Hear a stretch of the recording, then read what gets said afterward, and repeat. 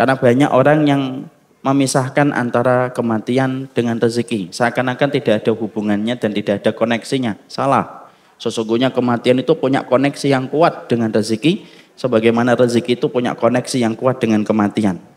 Makanya Nabi pernah menyebutkan tentang sifat rezeki.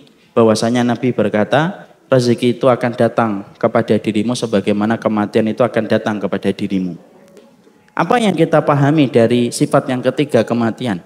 Saya dan antum tidak akan pernah dimatikan oleh Allah dan diwafatkan sampai kemudian rezeki kita disempurnakan oleh Allah.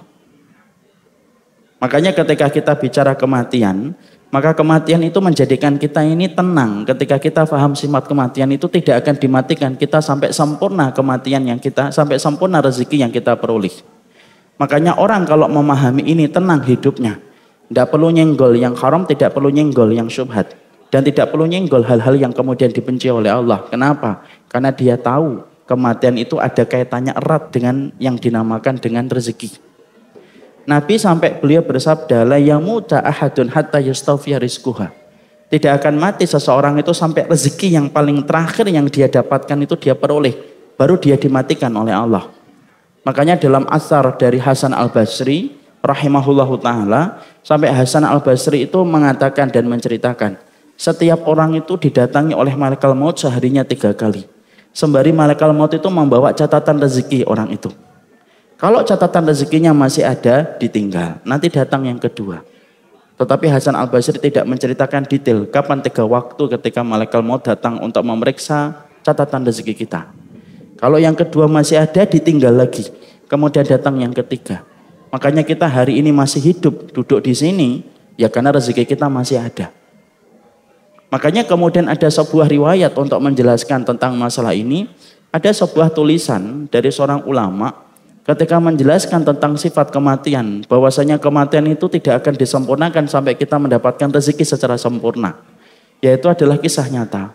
Ada seorang ulama yang kemudian beliau itu kemudian sedang jalan, tiba-tiba mendengar suara teriakan minta tolong. Ternyata suarakan teriakan minta tolong itu datang dari sumur.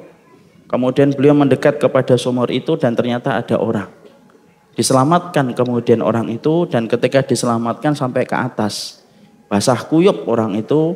Kemudian setelah agak tenang, orang itu meminta segelas air.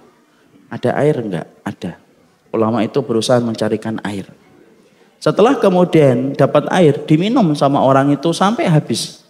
Lalu kemudian orang itu kemudian ditanya sama ulama yang menyelamatkan, kok bisa Bapak kejebur sumur, gimana ceritanya? Orang itu kemudian mengingat-ingat, oh iya, kenapa saya bisa kejebur sumur?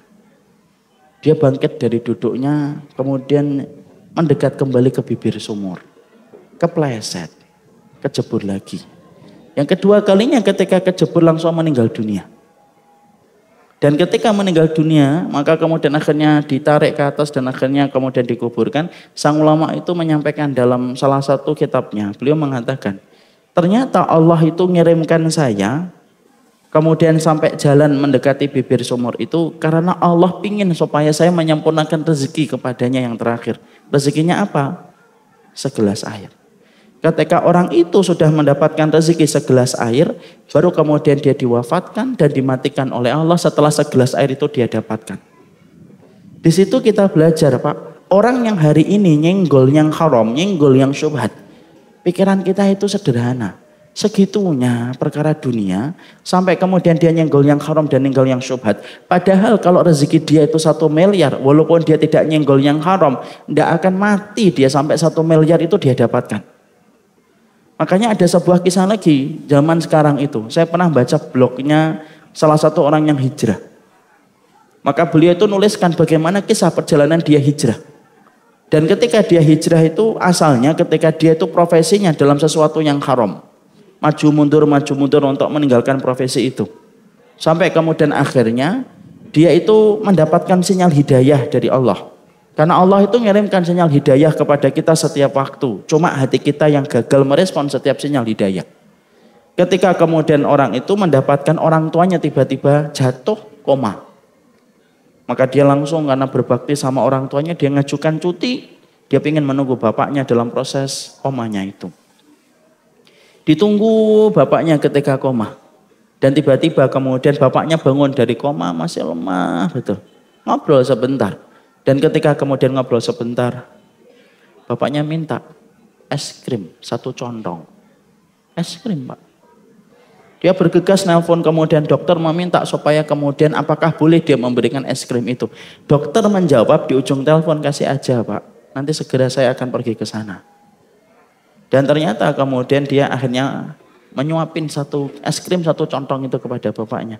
Disuapin itu, habis 1 contong habis. Setelah itu sempat kemudian ngobrol walaupun masih lemah. Tiba-tiba ngedrop lagi keadaannya sampai koma. Dan akhirnya meninggal dunia. Yang menarik kejadian itu menjadikan beliau betul-betul menyadari tentang rezeki. Akhirnya beliau itu pindah dan hijrah.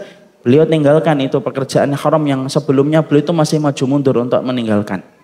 Beliau kemudian berkata di blognya. Blog itu salah satu halaman di internet. Kemudian dia menyampaikan di blognya itu. Kalaulah ayah saya rezeki yang paling terakhir itu es krim. Dan ketika dia sedang koma dibangunkan dulu oleh Allah. Bangun ente. Es krimnya belum. Dan ternyata kemudian setelah bangun kemudian disempurnakan es krim itu. Sampai 1 contong itu kemudian habis. Baru dimatikan oleh Allah. Kemudian beliau berkata. Loh kalau es krim 1 contong aja dikasih dan tidak luput. Loh yang menjadikan saya ragu untuk meninggalkan yang haram. Sampai saya itu menikmati profesi saya yang haram itu apa? Ditinggalkan Pak. Di situ kita paham akhirnya apa? Kematian itu mengajarkan akidah kalau kita paham. Makanya disitulah sifat yang ketiga. Rezeki kita itu, ya itu nanti yang terakhir. Nanti kalau habis ini ada bapak-bapak, habis ini makan lele, lamongan, nanti jam 10 batok-batok 3 kali meninggal, cegukan 2 kali, ya berarti rezeki terakhirnya lele. Kalau ada di antara kita yang kemudian habis minum es jeruk, kemudian setelah itu meninggal, berarti kemudian ya terakhirnya itu es jeruk. Tapi yang jelas adalah, tidak usah khawatir. Rezeki kita itu sudah dijamin Pak. Makanya kemudian tidak perlu kita ragu meninggalkan yang haram. Karena tidak akan dimatikan kita. Sampai rezeki kita sempurnakan, disempurnakan.